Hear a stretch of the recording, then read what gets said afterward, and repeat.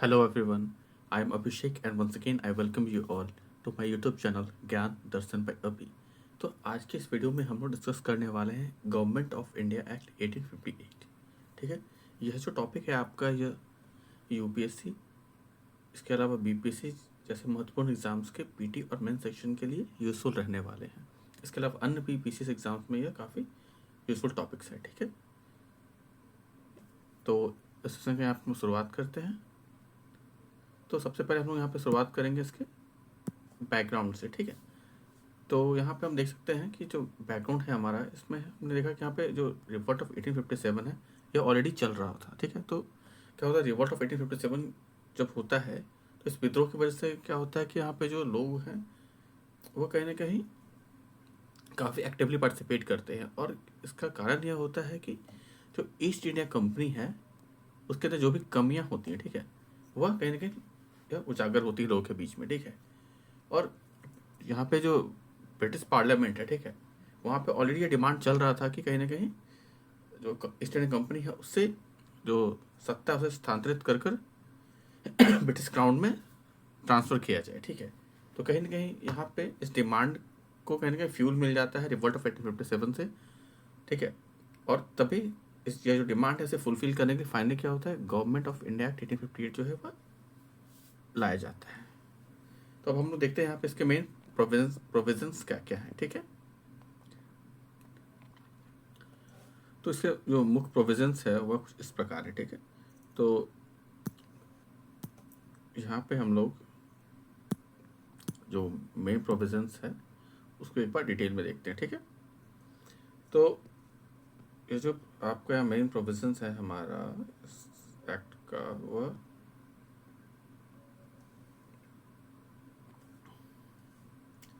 कुछ इस प्रकार है। ठीक है, तो यहाँ पे जो हमारा पहला प्रोविज़न है वह क्या होता है, एंड ऑफ कंपनी रूल। ठीक है, यानी कंपनी जो आपका ईस्ट इंडिया कंपनी है उसका जो शासन है यहाँ पे वो समाप्त कर दिया जाता है। और क्या होता है कि इंडिया का जो प्रशासन है वह डायरेक्ट ब्रिटिश क्राउन के अंदर ट्रांसफ़र हो जाता है। ठीक है, और उसकी जिम्मेवारी किन्हें दी जाती है, तो सेक्रेटरी ऑफ स्टेट को दिया जाता है। तो एक नया पोस्ट जो है वह ब्रिटेन में क्रिएट किया जाता है। यह जो होते हैं सेक्रेटरी ऑफ स्टेट, यह ब्रिटेन पार्लियामेंट के मेंबर होते हैं। ठीक है, यानी एमपी होते हैं ब्रिटेन पार्लियामेंट में, जिनके अंदर यह जो प्रशासनिक व्यवस्था है वह स्थापित की जाती है। और इनकी सहायता के लिए 15 लोगों का जो आप एक आपका एक कमेटी है वो बनाया जाता है। ठीक है, तो क्या होता है, टाइटल ऑफ क्राउन। ठीक है, यानी कि यहाँ पे हमने ऑलरेडी बताया आपको कि यहाँ जो ईस्ट इंडिया कंपनी है उसकी जो सत्ता है वो समाप्त कर दी जाती है और उसे जो क्राउन यानी कि ब्रिटिश पार्लियामेंट है उसमें यह जो पावर है उसे ट्रांसफर कर दिया जाता है कहीं ना कहीं। ठीक है, और यहाँ पे क्या होता है कि जो क्वीन विक्टोरिया होती है उनके नाम पर अब भारत का जो प्रशासन है वह चलाया जाता है। ठीक है, तो आपको ऑलरेडी बताया यहाँ पे कि एक नया जो पोस्ट है आपका सेक्रेटरी ऑफ स्टेट का वो यहाँ पे क्रिएट होता है। ठीक है, तो सेक्रेटरी ऑफ स्टेट क्या होता है, बेसिकली एक बेसिकली ब्रिटेन में एक पोस्ट का क्रिएशन किया जाता है। ये कौन होते हैं, तो ये ब्रिटिश कैबिनेट मिनिस्टर होते हैं। ठीक है, और वह रिस्पॉन्सिबल होते हैं ब्रिटेन पार्लियामेंट के प्रति। ठीक है, और इनकी सहायता के लिए क्या होता है, यहाँ पे 15 लोगों की एक समिति का गठन किया जाता है। ठीक है, जिसकी अध्यक्षता जो है वो सेक्रेटरी ऑफ स्टेट खुद करते हैं।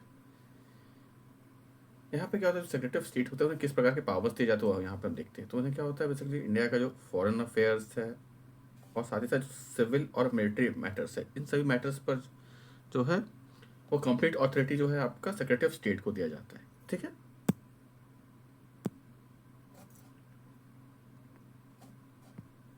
इसके अलावा अन्य जो प्रोविजंस क्या क्या हैं, तो अगला जो प्रोविज़न है हमारा वह है यहाँ पे कि जो गवर्नर जनरल का पोस्ट हुआ करता था इससे पहले, गवर्नर जनरल ऑफ इंडिया का, उसे बेसिकली अबॉलिश कर उसे ट्रांसफ़र कर दिया गया किसमें, वाइसरॉय में। ठीक है, तो जो पहले गवर्नर जनरल के अंदर सारी जो रिस्पॉन्सिबिलिटी थी अब वह ट्रांसफ़र होके वाइसरॉय के अंदर निहित हो जाती है। वाइसरॉय यानी क्या, वाइसरॉय यानी कि basically representative of British crown. ठीक है, तो यानी कि जो वहाँ जो ब्रिटेन सरकार है उसका एक प्रतिनिधि के रूप में वाइसरॉय जो है वो इंडिया में काम करेंगे। ठीक है, और पहले वाइसरॉय कौन बनते हैं, तो लॉर्ड कैनिंग बनते हैं।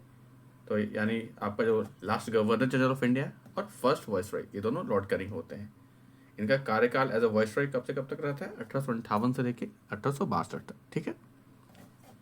अब हम लोग देखते हैं अगला जो पॉइंट प्रोविजन है वह है कि आपका इसका जो प्रशासनिक व्यवस्था है उसका जो नियंत्रण है वह कहाँ से किया जा रहा है? तो लंदन से किया जा रहा था, ठीक है। क्योंकि ये जो आपका यहाँ पे ये जो इससे पहले जो हमारे यहाँ पे संस्था बनी हुई थी, जैसे कि आपका कोर्ट ऑफ डायरेक्टर्स थे या फिर बोर्ड ऑफ कंट्रोल थे, तो एक कॉमर्शियल फंक्शन देख रहे थे और एक एडमिनिस्ट्रेटिव फंक्शन देख रहे थे पहले, जो कि आपका पेट्स इंडिया एक्ट के अंदर ये प्रोविजंस लाया गया था। इन दोनों जो जो आपका बॉडी के से यहाँ पे अबॉलिश कर दिया जाता है, ठीक है। और यहाँ पे जो इनके अंदर जो पावर्स होते हैं सभी पावर्स क्या किया जाता है, उसे ट्रांसफर कर दिया जाता है सेक्रेटरी ऑफ स्टेट और उनकी काउंसिल के अंदर, ठीक है। यहाँ पे अकाउंटेबिलिटी देखेंगे तो अकाउंटेबिलिटी जो है यहाँ पे डायरेक्ट ट्रांसफर हो जाती है कहाँ? सेक्रेटरी ऑफ स्टेट के अंदर। और वह किसके प्रति जवाबदेही होता है उसका? तो वह ब्रिटिश पार्लियामेंट के प्रति वह जवाबदेही होता है, ठीक है।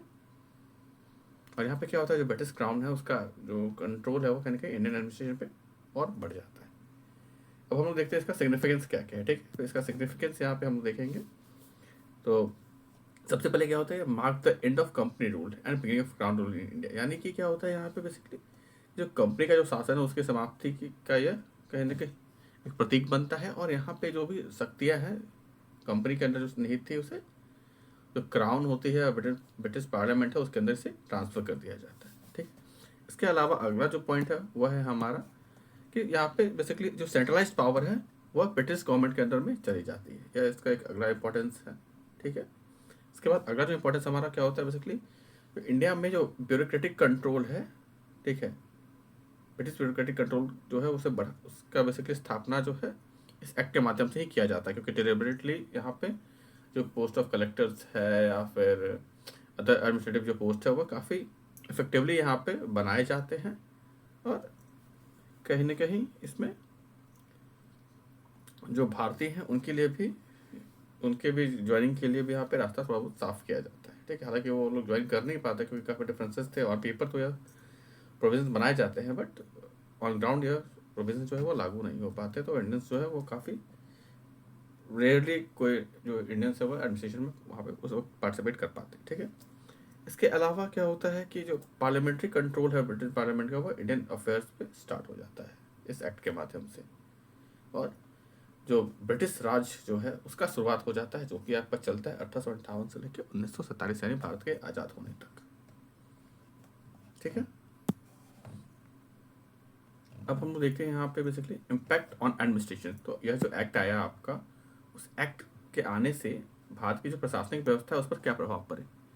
तो सबसे पहले देखेंगे हम लोग राजनीतिक। तो पॉलिटिकल जो स्पेयर है इसमें क्या होता है कि जो भारत पे जो प्रशासनिक जो व्यवस्था है वह कहीं ना कहीं क्राउन के अंदर आपका ट्रांसफर हो जाती है, ठीक है। कंपनी से निकल के कहाँ चली जाती है, क्राउन के अंदर चली जाती है।